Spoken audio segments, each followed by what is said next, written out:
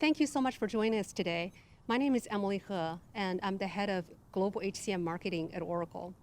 The past year has been like none other. We've gone through a global pandemic, social injustice, political unrest, and so many unforeseen events.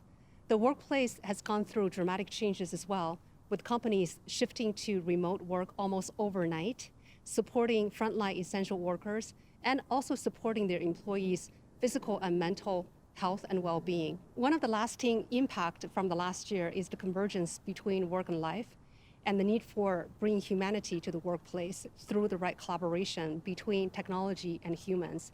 And this is why today's event, the theme is Work Made Human. Today, we want to take you on a journey. We're going to spend some time reflecting on the lessons we learned last year, the key trends impacting the C-suite and the HR teams today, and what we need to collectively do to prepare for the future in the post-COVID era. We're going to kick off with Josh Berson, who is a renowned industry analyst, a thought leader, and educator. I've had the good fortune of having many conversations with Josh in my career, and every time I talk to him, I learn something new. So I can't wait to hear what he's going to say today. Then we're going to hear from customers from around the world on what's top of mind for HR leaders and why they're focusing on employee experience, skills, as well as diversity and inclusion. Next, you're going to hear from our product leaders, Yvette Cameron, the head of our product strategy, and Chris Leon, the head of our product development. They will talk about how they're doubling down on our product innovation as well as customer success. I hope you find their passion for technology and customer success as infectious as I do.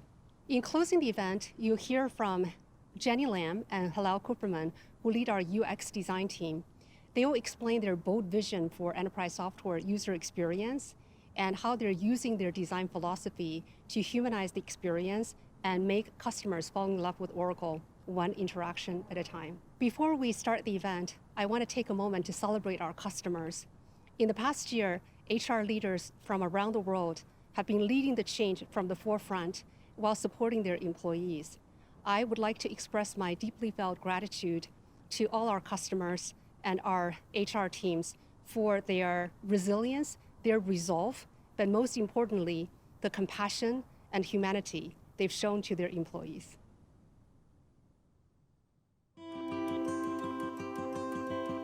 The pandemic has disrupted home life and forced businesses around the world to pivot. As a community, we've met fear and change with resilience. We're inspired by the acts of kindness and the determination our customers have shown to deliver solutions during this challenging time. Atrium Health invested $11 million in DoorDash meal vouchers for healthcare workers. Save the Children is distributing hygiene kits, building isolation and treatment centers, and delivering nourishing meals to children who can no longer rely on school for food, impacting the lives of 16.4 million people. Deutsche Post DHL spearheaded the international distribution of the COVID-19 vaccine by sending one of the first vaccine batches to Israel. Northwell Health established testing initiatives to provide individuals hindered by healthcare access with more than 85,000 free antibody tests in over 100 communities across the New York metropolitan area. Thank you for all you have done and continue to do. Your actions have brought hope, optimism, and new opportunities. The pressures of 2020 forced us as individuals and organizations to adapt quicker than we ever imagined possible. Now that we've faced change with resilience, we need to understand what is the current state of HR, of the workplace. And to help shed some light on this topic, I'd like to welcome Josh Berson. Josh is a globally recognized industry analyst focused on HR. In 2019, he founded the Josh Berson Academy, a professional development academy which has become the home for HR in the past several months. Josh is frequently featured in publications such as Forbes, Harvard Business Review, HR Executive, The Wall Street Journal, and CLO Magazine. Welcome, Josh. Thanks for joining us today. Thank you, Yvette. Nice to be here. So, Josh, 2020 was such an incredibly challenging year for organizations and for individuals. As you look back on 2020, what would you say are the key lessons from that year? Key lessons for organizations as well as for the HR industry as a whole? Well, there's been a lot, but let me just, key on a couple of things. The first is that human beings are far more resilient and adaptable than you realize. And usually it's the organization that's getting in the way. Because what happened last year is virtually every company I talked to sent employees home, created a safe workplace strategy, reinvented its products, reinvented its services, created digital solutions that they've been talking about for many years, maybe changed the way they priced and sold their products, and actually did pretty well. The economy is doing okay after coming through that pandemic. And I think everybody learned a lesson that if we take care of people, they will take care of the company. So that's number one. Number two is this enormous issue of mental health, well-being, and individual resilience at work. There was this steadily increasing pace of work before the pandemic, where the unemployment rate went down to about 3.7%, and people were working lots of hours, and they were spending 2 hours a day commuting. And I think CEOs' attitudes was just tighten the screws a little more, and we'll get more out of these people. Well, now we realize that's not the answer. The real answer is to support people, empower people, engage people, give them the tools and information and skills they need, and they will actually even more surprise you. And the third thing I would say that I think is really important is how dynamic organizations can be. I spent a good amount of time for many, many years talking about the digital transformation issues in companies and the agile transformation companies were trying to go through. And there was a lot of academic discussions about, well, maybe we should work in cross-functional teams, and maybe we should have more talent mobility, and maybe we should promote leaders sooner. But, maybe we'll do that next year. Well, now everybody did it. All those dynamic organizational changes happened, and companies realized, wow, we can be a little more like Amazon. We can be a more dynamic organization. We don't have to be the old fuddy-duddy sort of old-fashioned company that goes through committee after committee after committee to get a decision. And I think that's been refreshing for CEOs. It's been refreshing for CIOs and everybody in HR. And by the way, HR people now have a seat at the table. Boy, there's no question in most companies today, the CIO and the CHRO and the CEO are very good friends about how to make the company successful. So we learned a lot. There's been a lot of learnings. So Josh, what is the state of HR? What are the priorities over 2021? And is HR ready? Well, there's a lot of priorities. I mean, there's a few really big ones. DEI is huge. That was sort of kicked off from the Black Lives Matter movement, but it's also, now we have the Asian issue and gender, women, age discrimination. I mean, that's a massively important topic. The second is employee experience. We're going to go into a very, very tight labor market. I think the economy is going to grow at an unprecedented scale over the next 2 years. I just had a meeting with 10 heads of recruiting. Everyone told me they have so many jobs open, they can't hire enough recruiters to fill the jobs. And I think this is just the beginning of the recovery, so that's going to get worse. And that means we have to make people more productive. We have to make work easier for people so we can get more out of the people we already have, and move people around better internally. And that's all about employee experience and internal talent mobility. And then the third huge one that's on everybody's plate is skills. The corporate learning industry had a really big year last year, lots and lots of growth, lots of consumption, lots of training, but the skills problem is unsolved. There's early stage skills engines coming out from vendors. But what I really work with companies on, we do a lot of consulting on this, is building capability models, strategic capability academies, we call them, using skills technology, and then finding the way to make the skills technology do what you want to do, and don't assume that it's just going to do everything for you. And I know you guys are getting into this in a big way too. And the fourth one I'll just mention is the transformation of the HR function itself. I mean, if there's anything I've learned in my 25 years as an analyst, is that HR has become a center of innovation. It's a center of creativity, design thinking, thinking about HR as like a product management function, not just a service delivery function, and organizing HR to really deliver appropriately new and creative solutions for your company in an effective and efficient way.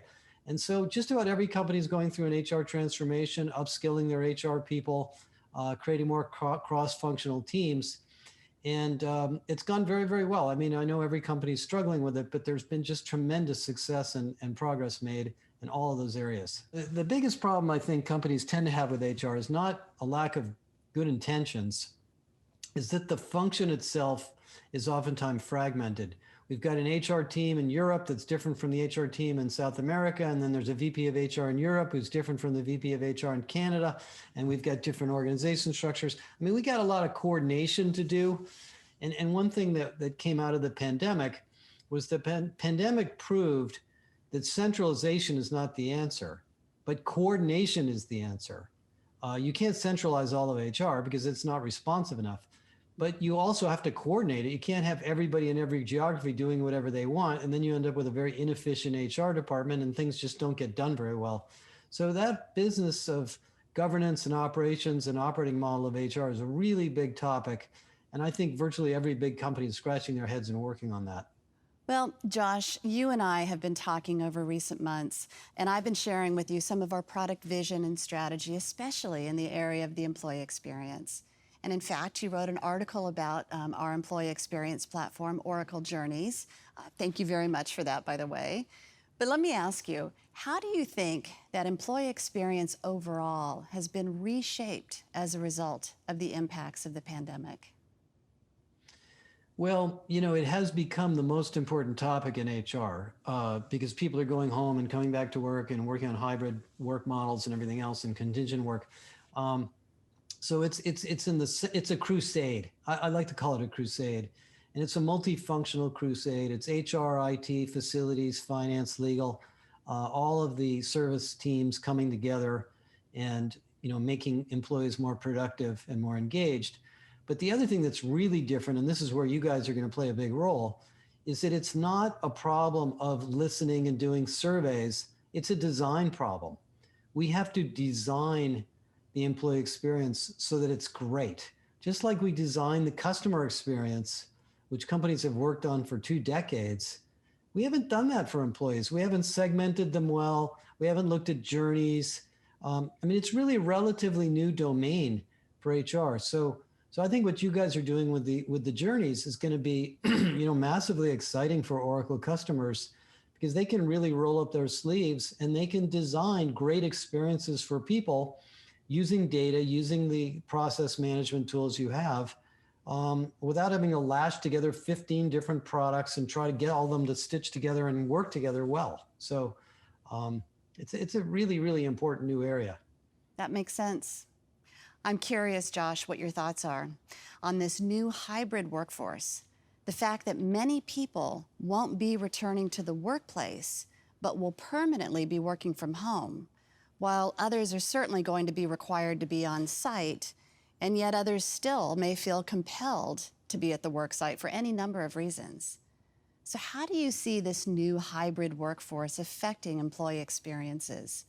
How are skills going to be affected and D&I initiatives? Well, I mean, I guess I disagree with you a little bit, Yvette, on one topic. I think the work at home, remote work craze went overboard. I mean, all these companies saying you can work at home for the rest of your life. We're never having an office again. They're all scratching their heads thinking, yeah, maybe we do need an office. Maybe people do need to get together. Maybe we should have a planning meeting. Maybe our sales team maybe should sit together and talk about stuff. We're going to get back to the office. But what really happened is we broke the bias against remote work. It used to be a lot of companies did not accept remote work. If you were a stock trader, you were not allowed to do it at home. Bankers were not allowed to work at home. A lot of healthcare professionals had to go into the hospital. They had to meet patients face to face. Found out, a lot of this can be done on video really, really well. So now we have this extra option of working at home and working remotely. And I think companies are going, and I know this, companies are working on much more formal programs around hybrid work with remote satellite offices and great internet connectivity at home, and teaching people that it is okay to work at home, but we also want you in the office for various times, and giving managers guidelines on when to do both.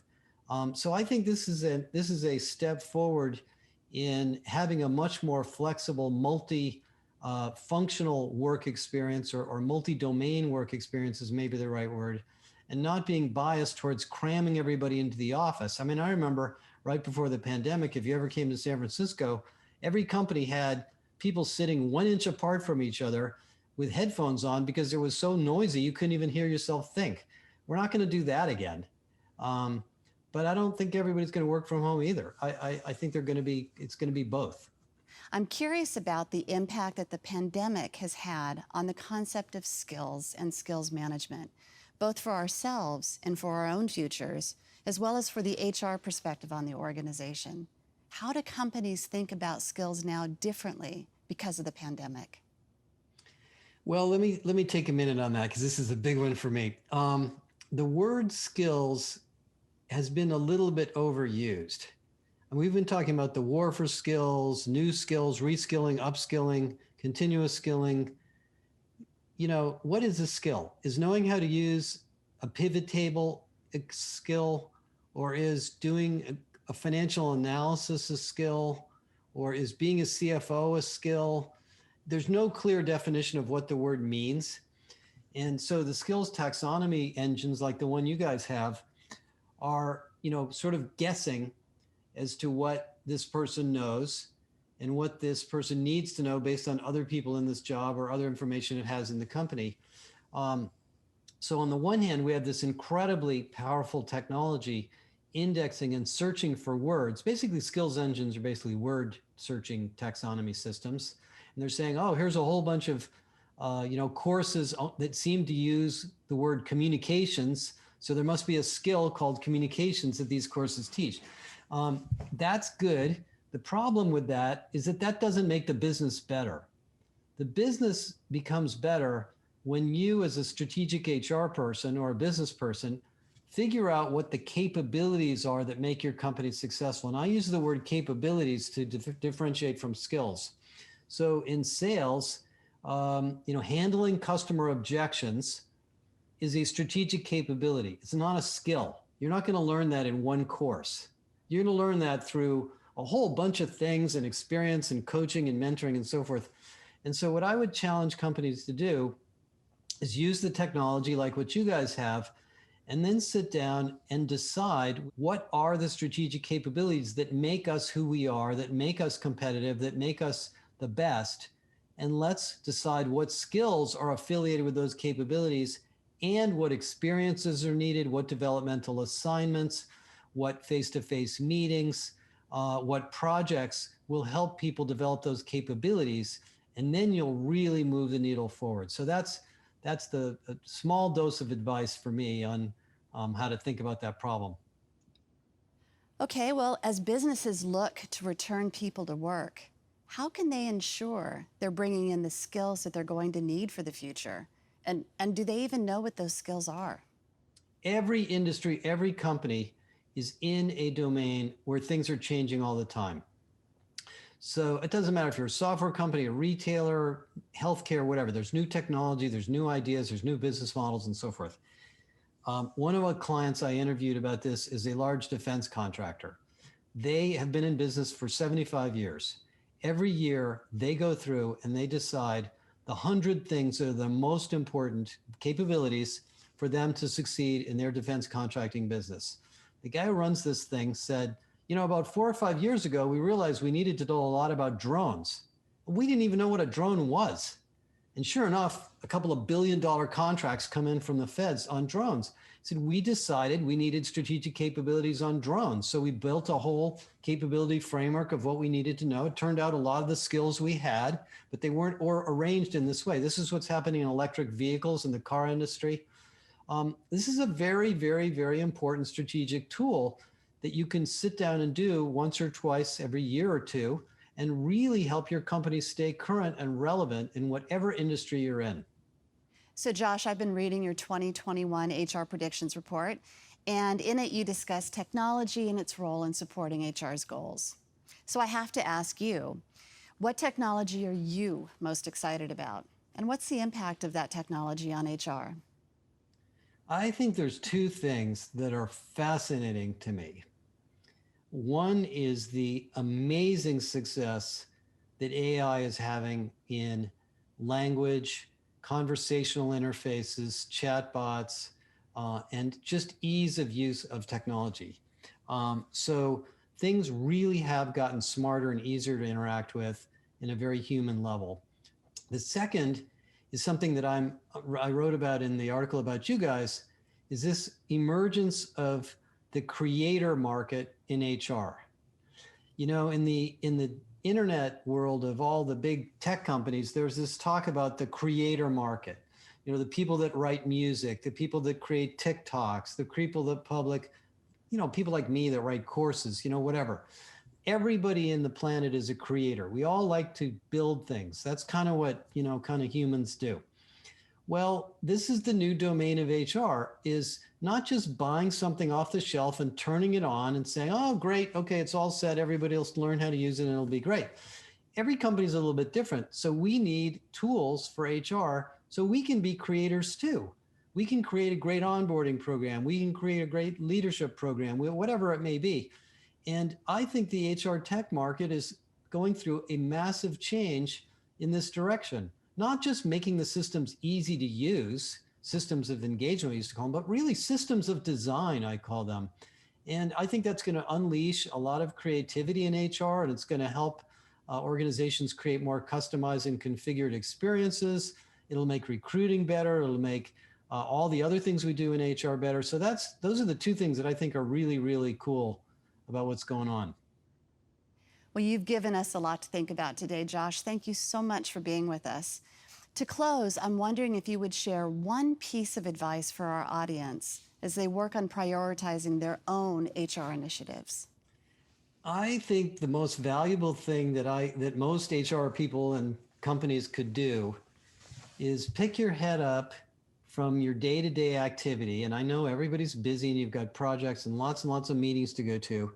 And go look at what some other companies are doing. Talk to us, come into our academy, go to a conference, just take a couple of days off every year and look at what other companies are doing. We are living in a world where HR is a craft. It's not something you copy out of a book. It's something you invent and create. And the more you learn about how other companies are solving problems, the better you're going to be. So that would be my advice is, take some time to take a deep breath and look around at what other organizations are doing, and you'll be amazed at how quickly you can learn some new things that'll apply in your company too. All right. Well, Josh, again, it's been a fantastic conversation. Thank you so much for your time. Really, really appreciate it. And that was Josh Berson. I enjoyed that conversation so much. I took a lot of insights away from that. I hope you did too. Thank you. All right, you just heard from Josh and Yvette, who talked about the lessons learned from last year and the key trends impacting the world of HR today. The great thing is our product team is already incorporating a lot of these trends into our technology and helping our customers prepare for the future. Next, you're going to hear from our product leaders, Yvette Cameron, who's the head of our product strategy, and Chris Leon, who's the head of our product development. They're going to talk about how they're doubling down on product innovation as well as customer success. In addition, you're going to hear about why HR leaders from companies like JP Morgan Chase, Co-op, Hearst, Deutsche Post, DHL are focusing on things like diversity inclusion, skills, and employee experience. Let's take a listen.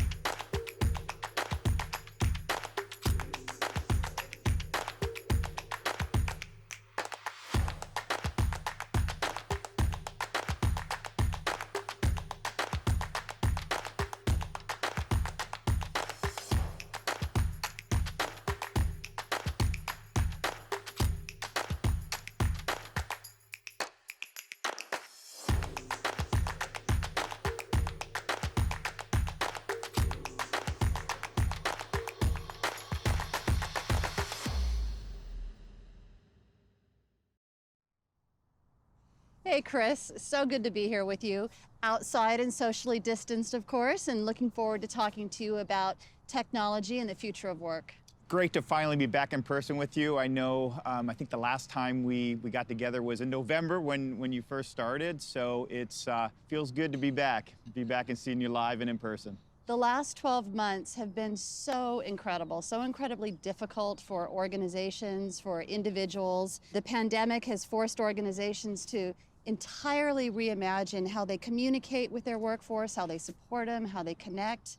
I had a chance just recently to talk to Josh about what's happening, the insights from last year, and he raised a lot of really interesting points about how HR has had to refocus and how issues like skills and experience management have really risen to the surface as the new topics to focus on for this coming year. It's been a long year. I remember in the March, April timeframe when the pandemic first happened and our customers were struggling with how they were going to kind of deal and manage through what they needed to do. And early on, we came out with an employee care package to help employers kind of manage incidents related to COVID, and workforce health and safety was at the center of that.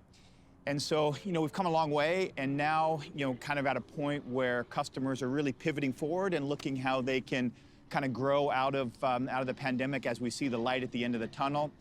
And it's going to be great to get back and really, focus on some of these new initiatives we have and really start to innovate again with our customers. Yeah, well, you talk about innovation, and just recently we published that press release on the announcement of Oracle Journeys, our new employee experience platform. And again, in my conversation with Josh Berson, he was very excited about this. And as you probably recall, he actually wrote an article that articulated more about our capabilities there and the importance of the employee experience overall. Absolutely. I mean, the employee experience is something that's hot in the market. I know Josh Berson's been talking about it a lot, and I really liked his perspective and how he kind of focused on kind of how HR technology has moved from kind of the system of record to experience to engagement, and now it's all about the system of design. And we really believe that, and we really believe that allowing HR to begin to innovate and be innovators in the organization is something that they're all going to rally around. And we started this, a few years ago with our Experience Design Studio and really putting the power to configure the system into HR's hands. And I really feel the enterprise employee experience platform Journeys that we're delivering now is going to take it to the next level. But we've had a chance to talk to a number of our customers, and I've spoken to Hearst, I've spoken to DPDHL, I've spoken to Co-op, and they have some great perspectives. And so why don't we listen to what they have to say?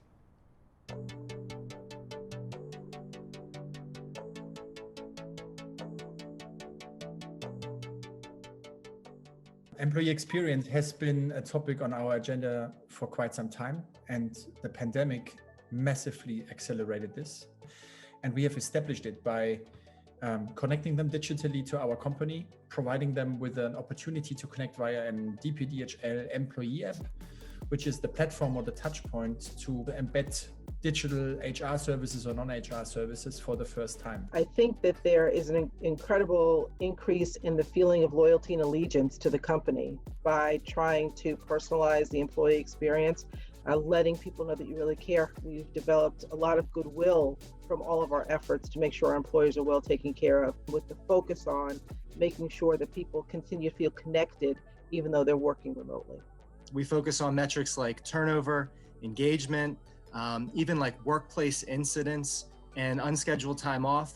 And we've come up with a healthy culture index. And over the past 5 years, we've been spotlighting that index as a way to identify areas within the organization where our experience is strong and other areas where we can improve it. From the HR perspective, we have even better understood what the HCM, the Oracle platform, could bring to us. And now with this remote working, I think is one of our best tools. We need to make sure we put the right bits of the policy in the right technology so the customer journey is seamless. And what we found is the product is perfectly flexible to give us those personalizations where they're needed, and they're really and they really enrich what a colleague does or how they interact with the platform.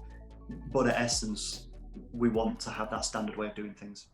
Well, it's very clear from what we just heard that the employee experience is top of mind. And what's really important is ensuring that personalization and relevance of information during those experiences.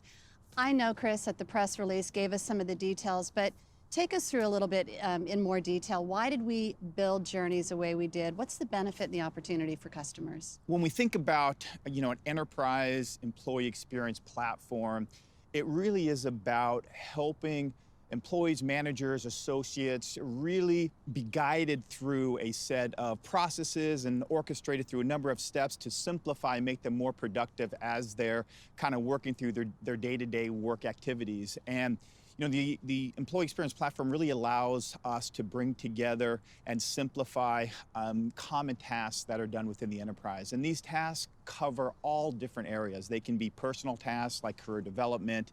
They can be professional tasks. They can be operational tasks. They can be administrative tasks. And so what's nice about what we're delivering, it's not really just focused on HR. It's focused on a broader platform and a broader set of capabilities that can cut across the enterprise. So it's really exciting to be able to do that and to announce that we're delivering a true employee experience platform called Oracle HCM Cloud Journeys. And I'm super excited to be announcing that. And it's something that I think not only are the HR teams going to be able to drive the next level of innovation within their organizations and really make them the hub of innovation and driving a lot of simplicity into their business, but it's going to allow their workers to be more productive and make getting, certain tasks done that could be mundane or could be hard to find or hard to figure out what to do a lot simpler and easier to do. So really excited about it, and I know we're going to talk a little bit more about it, but this is probably, like you said earlier on, probably one of the biggest innovations we've delivered in a number of years. Yeah, I love this. I love that it serves all the roles, right? Personal, professional, operational, administrative. I assume it expands beyond HCM as well to some extent. But tell me, how do I, as an individual, what does it mean for me to access journeys? How do I get access to it? It's real simple. And I love that we've simplified it to not only make it easy to understand, but easy to work and easy to leverage. So there's three components. The first component is what we're calling the Journeys Launchpad. And simply put, it's kind of the self-service area of the Journeys platform. We also have a component called the Journeys Builder. And as it states, this allows you to assemble and build journeys from scratch or edit them. And then kind of the secret sauce is the Journeys Extender that really allows you to extend to other systems.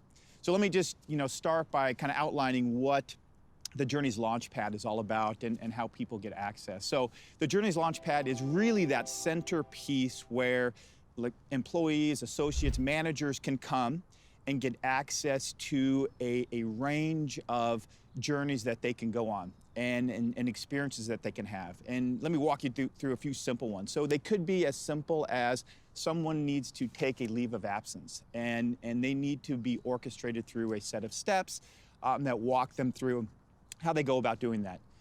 It could be someone's looking to grow their career. And we could walk them through a series of steps to find a mentor, meet with other groups, join some communities. So what's nice about Journeys is it goes beyond the traditional onboarding and offboarding processes that we're used to, and it really tries to bring these experiences that you need to do and accomplish together in one place. But you also have, as part of the Launchpad, a place just for you, where you have your journeys that you're on. And you may be on 2, 3, 4, 5 journeys at the same time. I might be returning to the workplace and I might have a series of steps I need to go through for that. I might be growing my career. I might have some administrative journeys. And what's nice is I can go to one place and know what I'm working on and what journeys I'm going through. I think what would be helpful if I kind of walked you through an example of a return to the workplace journey. So something that we launched late last year, as organizations were starting to slowly move back to the workplace, we put out a return to workplace template, which was a seated journey, and it had a number of steps in it. And the first step was really a video that kind of outlined what the workplace protocols were so you could be safe in the workplace. We had another task that really allowed employees to, if they needed to get a COVID test, to find the right facility and sign up for the COVID test and get scheduled. We had a task that was associated with a survey. We've all filled out a COVID survey, right? Have you left, the state or the country in the last 14 days? Have you been sick? So a survey is embedded there.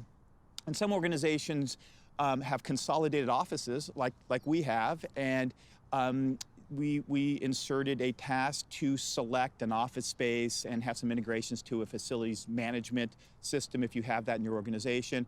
So a journey to return to the workplace, we've really simplified it so employees can come in, find the journey that's appropriate to them, and go ahead and go on that journey and make it easy to come back. But what's nice is, and one of the things that we really do differently is, the Journeys Launchpad allows you to find journeys and go on them or assign them to others. But we've done some things that are a little bit different. In the Journeys Launchpad and in the My Journeys area, we have the ability to trigger journeys based on changes in the transactional system. So this is really unique. So let's say, for instance, you just got married. So people try to push their weddings out of 2020 and move them into 2021. So let's say you got married in January, you couldn't wait, and you change your marital status. Well, we would trigger a journey for you to go beyond the simple transaction and make sure that you updated your spouse as a beneficiary, your significant other, to make sure that you added your spouse or significant other to your healthcare plan. So these types of journeys can be triggered based on changes in the transactional system. So it's really flexible and gives a lot of value without you having to think and always go search for a particular journey or experience that you want to go on. Yeah. So you can find these journeys, they're triggered, they're accessible on my desktop, my laptop. What about mobile, other experiences? It's great. So one of the things that we've done is we've tried to allow you to work where you feel the most comfortable, right? So you can access journeys and you can access our HCM application in social platforms like Teams and Slack. So you can go in, and if you're using a Slack bot, get access to our HCM system. As well as we have a digital assistant, which a lot of our customers use. It's a conversational user experience, which we've been really investing in. And so if you're in the conversational experience and you are looking for a mentor, we might recommend a career development journey to go on where mentoring is a part of that journey. Or in the I just got married administrative use case, I might be updating my marital status in the digital assistant. And in that conversation, I might be recommended a journey. So what's nice is we're kind of bringing the Journeys platform to where you're at and where you want to work. That's phenomenal, really. I'm so excited to be a part of that. I know that you talked about delivering best practice journeys. It sounds like you've built out some, tremendous journeys, but what about those who want to tailor it for their organization, right? What are my abilities to really make it unique to my company? It's great, and I kind of call this the kind of secret sauce for HR. And this is really where, as Josh Berson talked about, we really kind of move into the system of design, really letting HR innovate and build processes and orchestrate experiences based on what's best and kind of modified for their organization. So this component and part of our Journeys platform is called the Journeys Builder. And it's self-evident by the name. You can build and construct journeys. So what's nice is we seed a large number of kind of best practice templates. So we give you a bunch of best practice templates, and you can use those as starting points. You can take the return to workplace template as an example, and you can remove a few tasks and pull some new ones in from our task library. And in a matter of minutes, you can create a whole new experience, assign that to people in your workforce, and have them work on it. So the Journeys Builder really allows HR and managers to be able to see problems or see issues in the organization or see experiences that they want to simplify and orchestrate those processes in a matter of minutes. So now we can build kind of end-to-end processes, extremely robust. They're consumer grade, so super easy to understand and accomplish, and assign them to people in a matter of minutes. So it's a really great component of our Journeys platform. Amazing. You mentioned earlier about these journeys being able to go beyond HR processes. So is that done through APIs and links, or how do you extend to outside systems? The core part of how we would extend is something called our Journeys Extender. Pretty easy to understand, but what it allows us to do and what we've built in is an orchestration capability that allows us to integrate to systems outside of our HR, ERP, supply chain, and CX kind of platforms that we run on a single instance, but allows you to extend journeys to other systems. So for instance, I was talking about the return to workplace as an example. In that return to workplace journey, we seeded one to request an office space. And we don't have facilities management as part of our platform. So what the Journeys Extender allows you to do is integrate to a third-party facility management system, so automate it all behind the scenes, and have approvals and workflows that happen outside of our system. So the facilities group signs off that you're going and returning to the workplace for a period of time. Maybe the people on site sign off on it. So it's a really simple way to extend workflows and orchestrate processes outside of our HCM or ERP system. Yeah, fantastic. So there are so many different organizations out in the market today who claim to have employee experience support, from everything from wellness to workflows. And how can our customers kind of work their way through to understand how we are different and how we are going to benefit them versus other different tools and pieces that are out there in the market? What's great is a lot of different kind of vendors are really coming at this space because it's a really important area, right? We want to simplify the experience for our workforce. We want to make it easy for them to be productive. So we've seen kind of platform vendors come at this space, like Microsoft has just entered this space with their productivity tools and with Teams. A lot of the help desk vendors have been playing in this space, whether it's Salesforce or ServiceNow. We've seen them come and try to orchestrate processes. But I really think our distinct advantage is we are a system of record for many of these systems. And being a system of record, it makes it easy for us to have out-of-the-box integrations to many of the components that exist in our system. So I'll give you an example. If we're doing career development journey, very easy. We have the ability to find a mentor, to add skills to your profile, to go into our opportunity marketplace and sign up for short-term gigs or assignments. So what's unique about what we offer is because we're the system of record and now moving into this enterprise experience platform area, we can both orchestrate the processes in our system as well as integrate to other systems. But a large portion of what employees need to accomplish, we're the system of record for. So that's a key differentiator for us. Yeah, it's an incredibly exciting initiative, and I'm so glad to see that the press release has gone out and it's now being able to be brought into market. So Chris, congratulations on that massive innovation.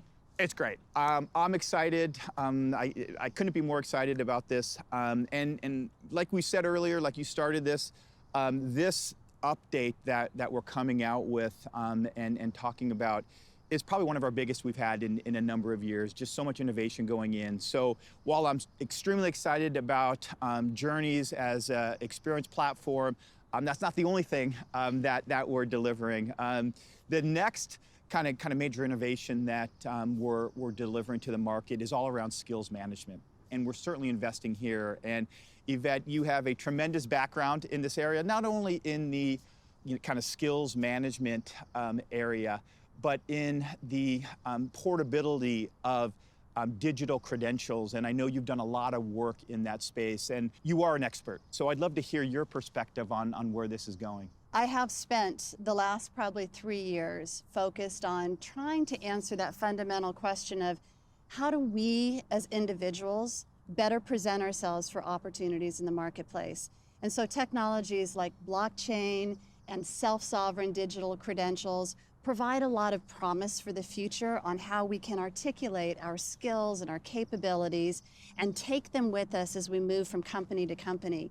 But Chris, I've been doing that for 3 years and I've understood that there is a fundamental problem. And there are so many different ways to describe skills, right? I might call myself an oncology nurse, and the person working next to me might call herself or himself a tumor nurse or an oncology CNA or a cancer center RN, right? Their words are different, and if I am dependent upon some keyword matching algorithm to match me to the opportunities, and those words don't match, I'm going to miss out on an opportunity, and the company will miss out on potential talent. And so understanding that the skills and the words that we use to define them differ is the fundamental challenge we have to solve. We've been looking at this as a company. I just joined last November, but I found for several years we've been working on these initiatives around skills and understanding them.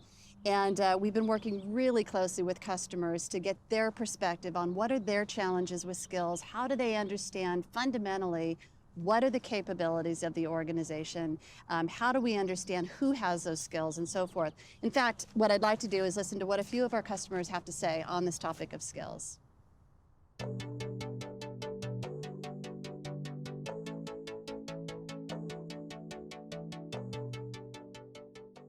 We know that the skill gap is real. In 5 or 10 years, the industry and our company won't be the same. The number one thing that the current employees can do to succeed, I would say, learn how to learn. We identify skill gaps with the performance evaluation cycle. So we have a really robust program that we have put together. And so we use that to determine whether or not there's a skill gap. And we primarily use our learning management system to address them. So we have content that we get from outside providers as well as homegrown content that we use to upskill and to provide and fill those gaps. We're always looking for ways to be more efficient. And so we're being very innovative in how to integrate artificial intelligence and machine learning into our processes to allow us to address what we consider to be the changing nature of work. Oracle offers great new services, Journeys or the digital assistant.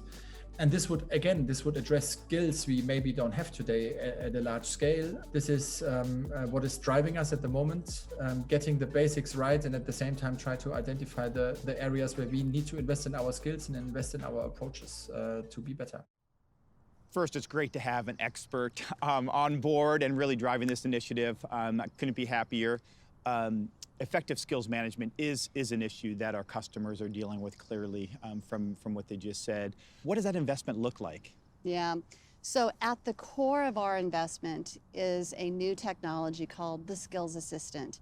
It's a deep learning engine that essentially has been built on a massive amount of data from our business, from customers, from the industry, bringing together over 80,000 skills and job titles together into a global taxonomy. And by bringing that together, it understands, it cleanses, it makes the associations of skills and job titles so that from this massive global ontology, we are now able to make better matching of people to opportunities by understanding all of those various relationships.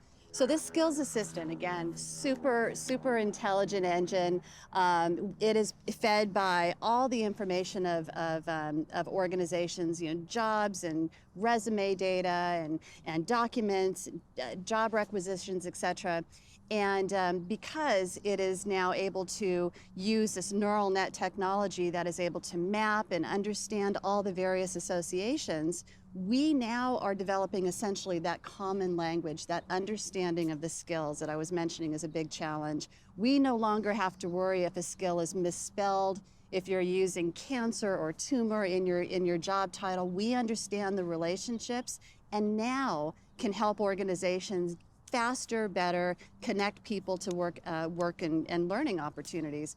And what's really cool though, and what's unique about our approach is that from the day that customers want to deploy this in their organization, we're able to finely tune it to their language, to their skills, to their experience, to their industry and culture, and essentially develop a DNA-specific, essentially, solution for each one of our customers. Because think about it, it's great to have this massive global ontology, but if I'm working in the nuclear industry, for example, I don't want to be presented with recommendations that aren't appropriate for my business. The engine needs to learn from all of that vast amount of information, but ultimately on day one when I deploy, I want it to be specific for me.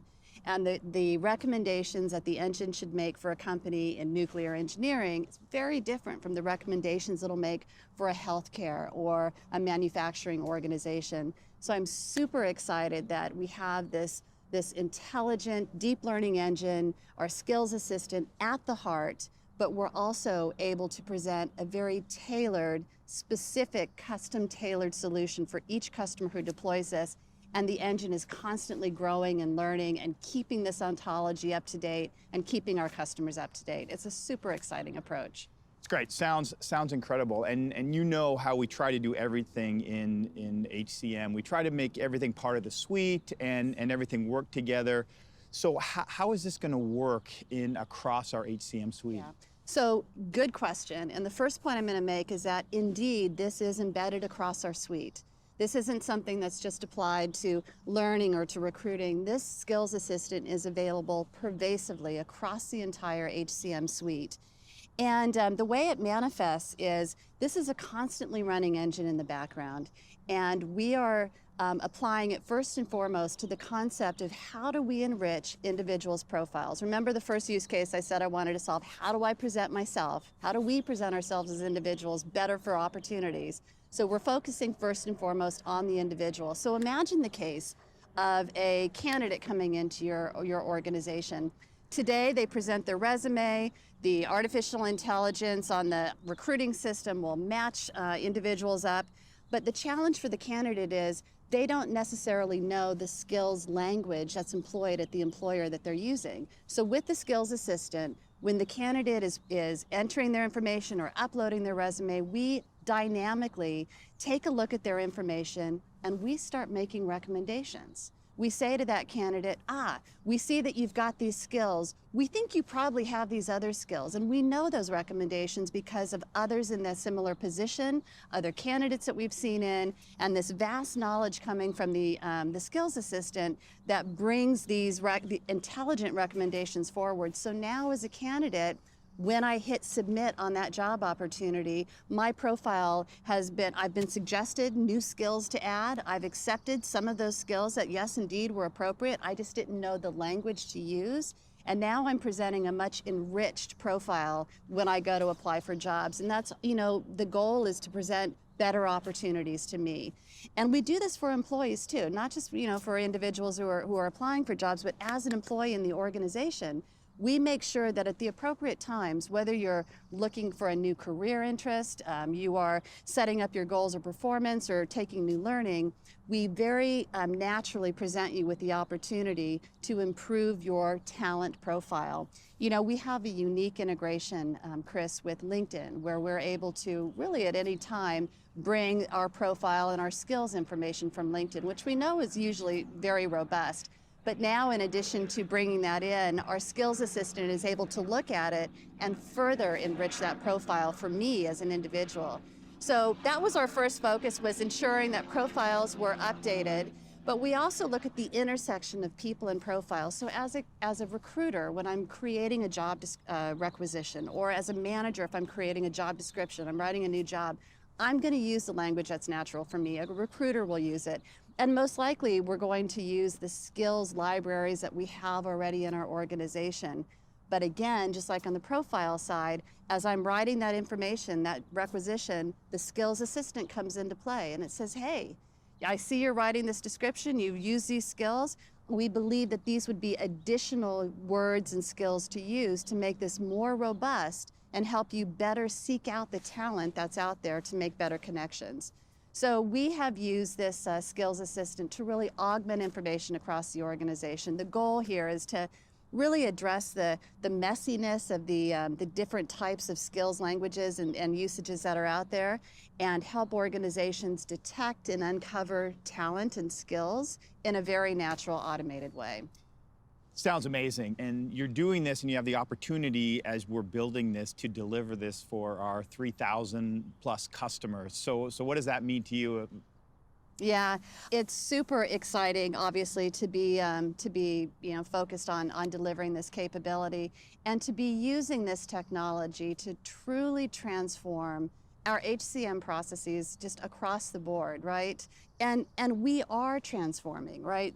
There's now with our skills assistant, we are envisioning a centralized location where, regardless of the skill or the job that you may be thinking about, rather than having to send you off to different self-service transactions, we're bringing it all together. So from the point of a particular skill, if you are interested in growing a skill or increasing your skill level, or you want to demonstrate that you have a skill, while you're doing that, we're able to bring forward that there are perhaps mentors who can help you improve those skills. There's training and development that can help you, and that there are jobs and gig opportunities that may become available as that skill is developed. And when I think about the scale, the impact this is going to have on the labor market across our thousands of customers, I mean, it's phenomenal. So I'm really excited about the future and where we're going with this. So I do want to say, though, I think that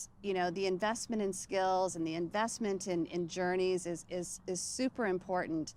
And I do want to make sure, though, that as we are bringing out these innovations and that as our customers are adopting them, they're also not losing sight of the importance of returning from the pandemic, right? Returning from people who have been off work or working from home for a long time, and losing sight of things like diversity and inclusion. Because, Chris, we know that women and underrepresented populations have been, disproportionately hurt by the impacts of the pandemic. And as these individuals, as organizations are making decisions about returning people to work and different things, we have to make sure that there are the insights and the tools available to help companies connect with their workforce to make the right decisions and support them in this gradual return to work. Don't you think? Absolutely. I think this is obviously a key area. And I know in the past, most organizations, and in fact, Oracle from an investment perspective really focused on kind of capturing the details around diversity and inclusion in the system, around workforce demographics, and we'd provide reporting and analysis and do that against benchmarks. And kind of that was level one to provide some visibility into it. But I know we need to go further and take it to the next level.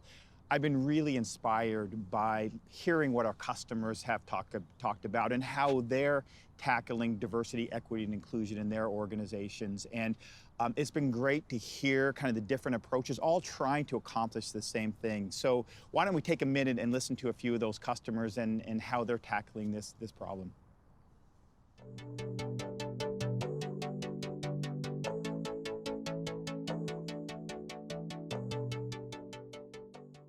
So speaking for myself as opposed to Hearst, the vision for the future would be one where DEI is so embedded into the DNA of everything that we do that it doesn't feel like a separate initiative, that there's not a question ever whether or not you would have a diverse interview loop, whether or not you have enough diverse candidates, and it just becomes the new normal. If you have an environment where people feel genuinely included and able to be themselves, they are likely to exhibit higher levels of well-being at work. Where you then have people with higher levels of well-being, you start to see more inclusive behaviors. My vision is really centered around creating equity. Equity of opportunity, equity of access, equity of outcomes when it comes to all of our people across the world. I think if we are most effective as diversity practitioners at driving diversity and embedding it throughout our respective organizations, there's no need for a diversity office. There's no need for diversity officers because it's so embedded in what we do on a day-to-day basis throughout our organizations. So it was great to hear what our customers are doing. Diversity, equity, inclusion is a boardroom topic. We've been making investments in our Oracle HCM platform for a number of years, and we've really been investing. But as our customers are really trying to not make just identifying issues and benchmarking where there's gaps, they're really trying to drive operationally and make diversity and inclusion processes as part of their day-to-day activities. And so we've seen what our customers are doing, and we've gotten feedback, and we've seen what Oracle internally is doing.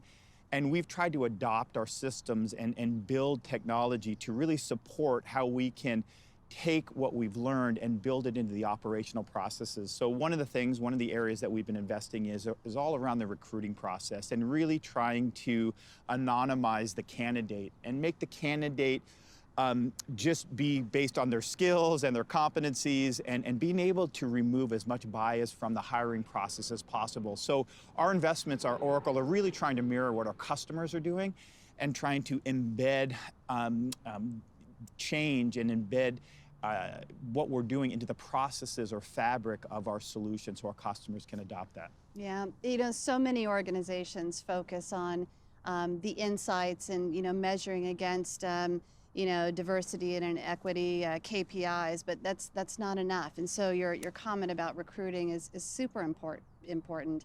I was excited to see, our investments in connections, right? The opportunity for people to identify themselves, and even something as simple as being able to articulate, how should you pronounce my name? People ask me, are you Yvette? Are you Yvette? And it's great for those, who can really demonstrate who they are through the connections and find others and find groups and communities and really focus on that sense of belonging. I also think about our opportunity marketplace. I think diversity and inclusion, as I said, it's not just about the metrics and not just about belonging. It's also about transparency. Because if you don't have trust in the company that you work for, if there's not transparency and communication and opportunities, it really puts up a barrier, and it's really a challenge for that. And so in our opportunity marketplace, people are able to see short-term opportunities, gigs and jobs, et cetera, where they can grow their career, they can drive new skills into their background. And it's a great way for organizations to say, we're here to support you and to help you grow your skills and grow your career here within the organization. I couldn't agree more. I think the whole inclusive part and belonging is really a key part of what we can deliver. And just to kind of take it a step further, some of the capabilities that we have, the ability to find a mentor in our application and mentorship, and finding people like you that can help mentor you into the next role. I think that's really important. You mentioned communities. I do think that's key, and communities that you can join of people like you or what you aspire to be within the organization from a career perspective, I think is great. And even our Journeys platform that we're just launching now, the ability to make sure that you're recognizing people as they get promoted or they move into a new position, or it's an anniversary, right? And just recognizing, or it's been 5 years at the company and just letting them know that you care. Those types of things that you can create through our Journeys platform is great.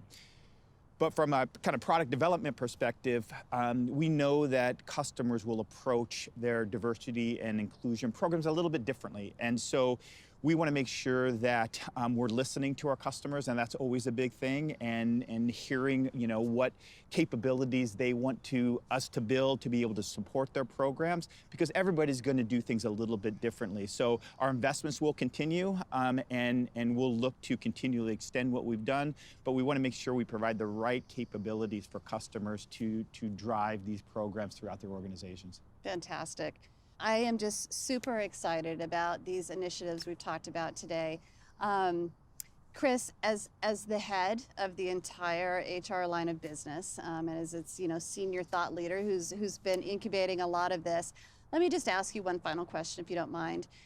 Really for you, what's your top priority over the next 12 to 15 months? That I always talk about with our team, and we really try to focus on. I always give them kind of 3 high-level objectives. And the first is really being customer obsessed and really focusing on making sure that our customers are satisfied with the product that we're delivering, that we're helping them not only get live and successful, but we're helping them grow in their careers, and we're helping them adopt new functionality.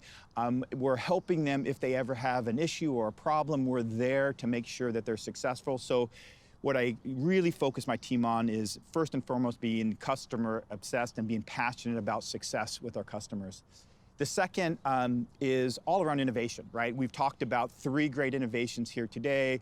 Employee experience platform, we talked about diversity, equity, inclusion, and we've talked about dynamic skills management, and those things are huge, and they're big investments for us, but we have to continue to push the envelope on innovation, and that's what our customers expect from us, and that's what we'll continue to do. So innovation is a key thing that we're always looking at.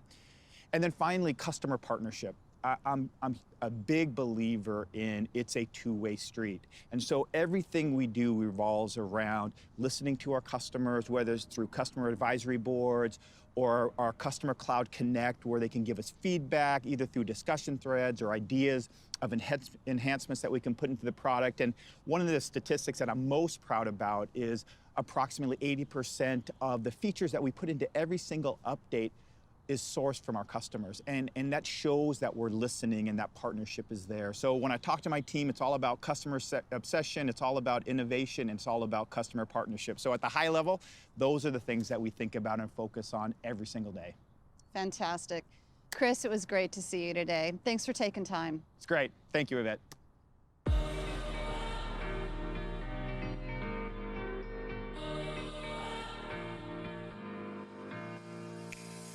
Be obsessed about the basics and your data, which is underlying every single service you will produce from now on in the future.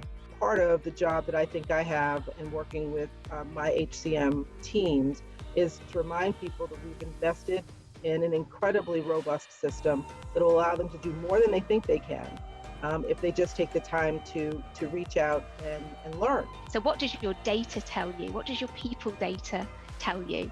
And what stories are your employees giving you? We have a significant role in ensuring that we create a culture within our respective organizations that allows individuals to bring their full self to work. I don't have to leave who I am at home, but I have an opportunity to contribute to my organization by being who I am and bringing that aspect of who I am into the workplace. I also encourage the DEI practitioners and allies to think beyond their company to society at large. When we tackle together systemic racism, institutionalized economic inequality, social issues, it lifts the whole tide, right, for all of us. When decisions involve people, being human and humane is fundamental. Focus on the development of people, and your business results will come naturally. It's really amazing to hear about our customers' priorities and what Oracle is doing to support them now and in the future. Yvette and Chris talked a lot about employee experience, the importance of delivering highly personalized, agile, and connected experience. It's clear that the employee experience needs to go beyond HR processes to connect to other functional areas, whether it's sales, marketing, customer service, or supply chain. Chris was one of the pioneers who revolutionized our user experience by delivering things like newsfeed UI, mobile responsive design, and self-driving workflows.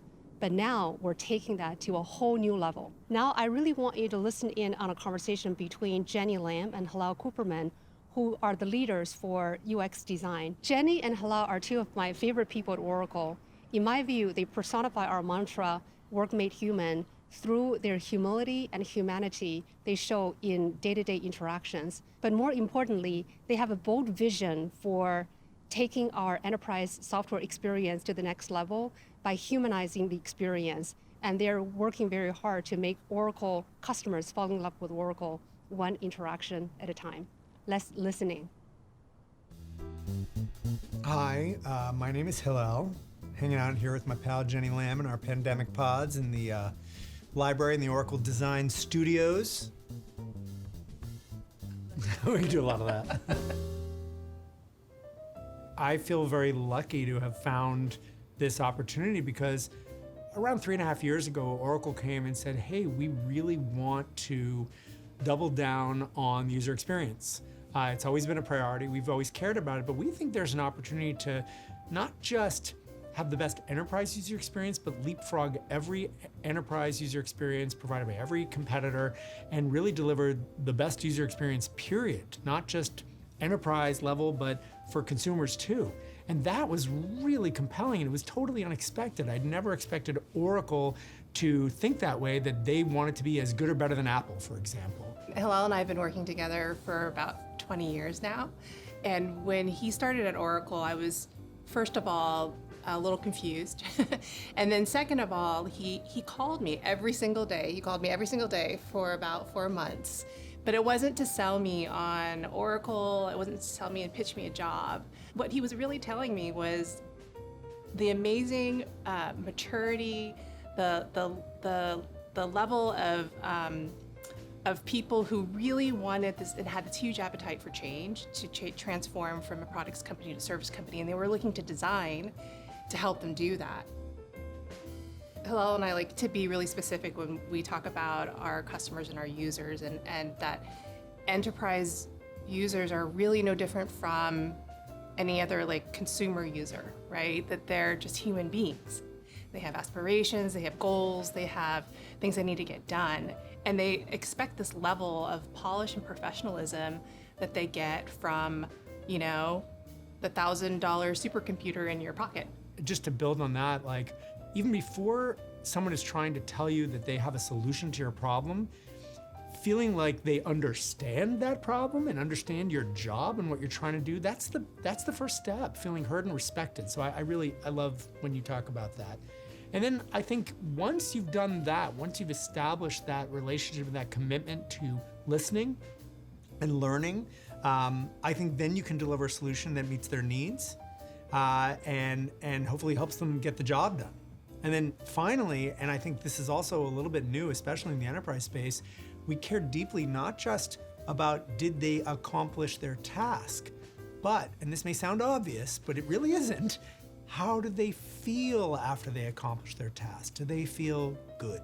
Because at the end of the day, that's why we're here. We're here not just to help them accomplish something, for they feel good using our technology, our services, our software to accomplish that task, and tell their friends. Like, yeah, I used Oracle's technology to do this, and it was a great experience, and you should too.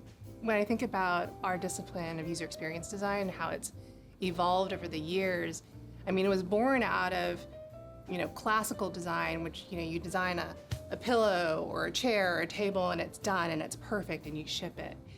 But like it, as a user experience today, dealing with all this data, all these different types of users, we're never done. We're constantly like iterating and learning from those experiences. It sounds simple, and I will confess to you that when Jenny and I first got to Oracle and started saying that we wanted our users or customers to fall in love with Oracle one interaction at a time, I was a little nervous saying that. You know, Oracle is an icon, industrial strength technology company, serious, big, sophisticated company with sophisticated solutions. And to use the word love, I almost worried that they were gonna laugh at me a little bit, but nobody did. And then the other part of that is to fall in love with us one interaction at a time. And to me, what that's about is it's acknowledging that we have made this transformation from being a products company to a service company, and that we need to earn that love, that respect, that appreciation every day with every touch point, right? It only takes one experience that's not great to dig a hole for ourselves that we gotta then spend a long time digging out of. So having that kind of cultural transformation inside the company to focus on every nuance, every detail, and like Jenny said, to keep evolving, keep adapting, that's really critical. The thing about being a designer, very similar to the HR profession, is that it's all about people. And people are always changing, which makes it really, really interesting. And the relationship with technology is always changing. And so you're having to always kind of adapt and evolve and listen and learn. I love that you said that. I hadn't thought about it until today, that really, you know, being an HR professional and being a designer, there are a lot of similarities. And this, you know, constant adaptation to situations like having to work at home, having to be 6 feet apart, coming back to work, that keeps the job incredibly interesting. You know, I would point to our employee experience platform and Journeys, for example. This is this new capability we have, this Journeys Launchpad that really takes some very complex situations and changing situations for employees, like whether they've just hit a career milestone, or they've just had a child, or a change in marital status, or whatever it is, and then brings together a journey across our tools and services to help them update their information, get resources, learn and adapt to their situation. And I love that the employee experience platform is designed to grow with each HR department and give them opportunities to innovate. So I think I kind of love that we're almost on this journey together, of innovating and adapting for employees. That's both Oracle designing and creating the software and services, and the HR professionals who use it and create the experiences for their employees. One thing I love about the experience platform and Journeys specifically is that it mirrors a lot of our own values that we're working on here at Oracle, and that is to be more human-centered, right? We pay attention to those peak moments in someone's career and maybe even the low moments too, right? And make sure that they're really well taken care of at work. I think when you choose a technology partner, especially in the HCM space, we talked about how the world is constantly changing and employee experiences are constantly changing. We need to adapt to it. That you need to be in constant refinement mode, constant redesign mode, and that's difficult. We don't want to change the experience on people all the time and cause them to have retraining, but we do want to keep investing. We do want to keep refining. We do want to keep simplifying and streamlining and polishing. When we first got to Oracle, we did hundreds of hours of listening sessions around the company, and what we reduced down from many, many layers are some values that we think are important to keep in mind at every interaction someone has with Oracle.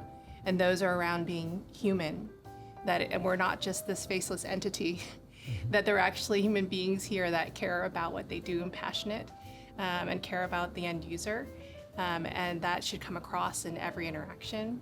We also deal with very complex and big sets of data, big companies, lots of people, and that complexity should feel sophisticated.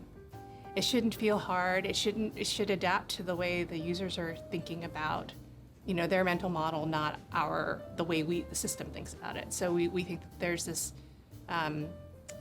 there's this aspect of sophistication that comes from developing and designing the types of experiences we're working on. There's this aspirational quality where it's this positivity and elevatedness of the experience should feel great. People should aspire to do something or feel empowered to do something a certain way.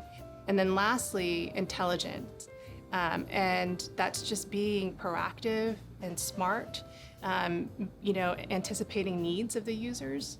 Those are the types of things that we think about. Yeah, and I would just add on to that. I think everyone knows Oracle is the data company, and we use data to bring all of those values to life, especially things like being sophisticated, like we do incredibly sophisticated analyses of data, give you sophisticated visualizations, let you do very powerful calculations and projections.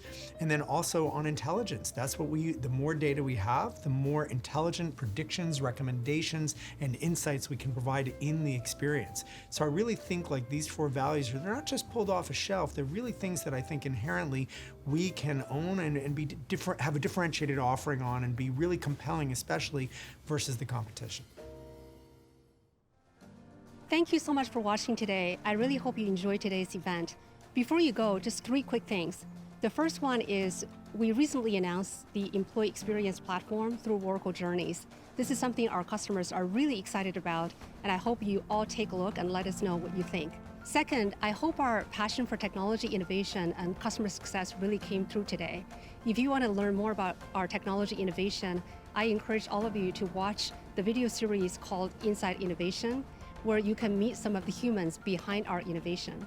Lastly, if you want to touch and feel our product, be sure to schedule a mobile challenge where you can get hands-on experience of our Oracle Cloud HCM using your own mobile device. It's been an honor in the last year supporting you in our collective fight against COVID-19. I hope today's event left you feeling inspired and empowered to chart your own path as we get ready for the future. Thank you so much for watching.